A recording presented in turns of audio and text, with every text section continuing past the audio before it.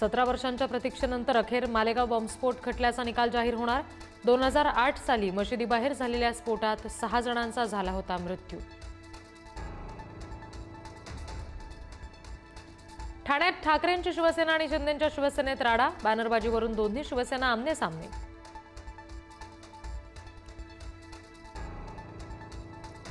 उपमुख्यमंत्री एकनाथ शिंदे दिल्ली दौऱ्यावर, शिवसेना पक्ष आणि चिन्हाच्या सुप्रीम कोर्टातल्या सुनावणी आधी वकिलांशी करणार चर्चा, तर दिल्लीमध्ये शिंदेंच्या शिवसेनेच्या खासदारांची सुद्धा बैठक। ज्ञानेश्वरी मुंडे आज मुख्यमंत्री फडणवीसांची भेट घेणार। महादेव मुंडे हत्या प्रकरणामध्ये आरोपींवर कारवाई करण्याची करणार मागणी।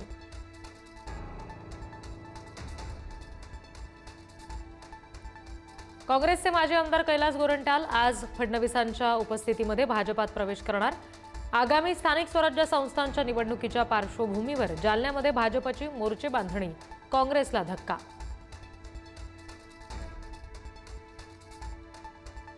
माझ्यावरील आरोप सिद्ध न झाल्यानं मला पुन्हा एकदा मंत्रिमंडळात संधी द्यावी, धनंजय मुंडे यांची मुख्यमंत्री देवेंद्र फडणवीस यांच्यासोबत चर्चा। मनसे नेते बाळा नांदगावकर आज मुख्यमंत्री फडणवीसांना भेटणार। मुंबईतील कोळी समाजाच्या विविध मुद्द्यांवर होणार भेट, राजकीय चर्चांची सुद्धा शक्यता। शेतकरी कर्जमाफी, शेतपिकाला हमीभाव, नुकसान भरपाईच्या मुद्द्यावरून महाविकास आघाडी आक्रमक। आज दिल्लीमध्ये संसद भवन परिसरात करणार आंदोलन, केंद्राकडे करणार कर्जमाफीची मागणी। ऑपरेशन सिंदूरला तमाशा म्हणणं सेनेचा अपमान करण्यासारखं, सीएम देवेंद्र फडणवीस यांच्याकडून प्रणिती शिंदे यांच्या विधानाचा निषेध।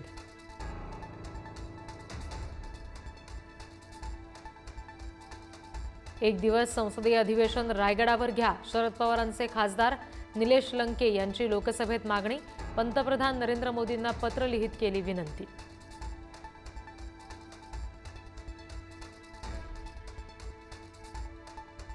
ड्रग्ज पार्टी प्रकरणामध्ये खडसेंचे जावई डॉक्टर प्रांजल खेवलकरांसह 4 आरोपींची पोलीस कोठडी आज संपणार, न्यायालयात करणार हजर।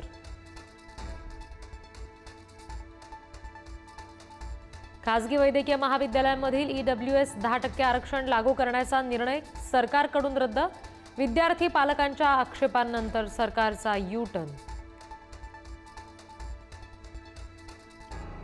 मॅगीच्या पॅकेटमध्ये आढळली मेलेली पाल, अहिल्यानगरमधला किळसवाणा प्रकार, अन्न औषध प्रशासन विभागाकडे तक्रार दाखल।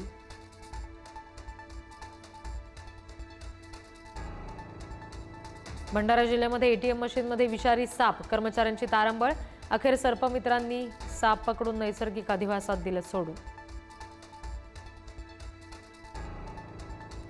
तुळजाभवानी देवीच्या गाभाऱ्यातील दर्शन 10 दिवस बंद, पुरातत्व खात्याकडून मंदिराच्या जीर्णोद्धाराचं काम केलं जाणार, देवीचं मुखदर्शन चालू राहणार।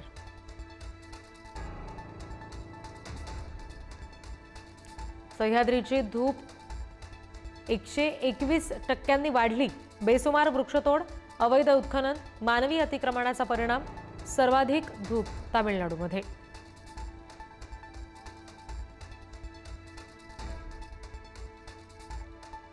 बुद्धिबळाची विश्वविजेती दिव्या देशमुखचं नागपुरात आगमन, ढोल ताशांच्या गजरात दिव्याचं जंगी स्वागत।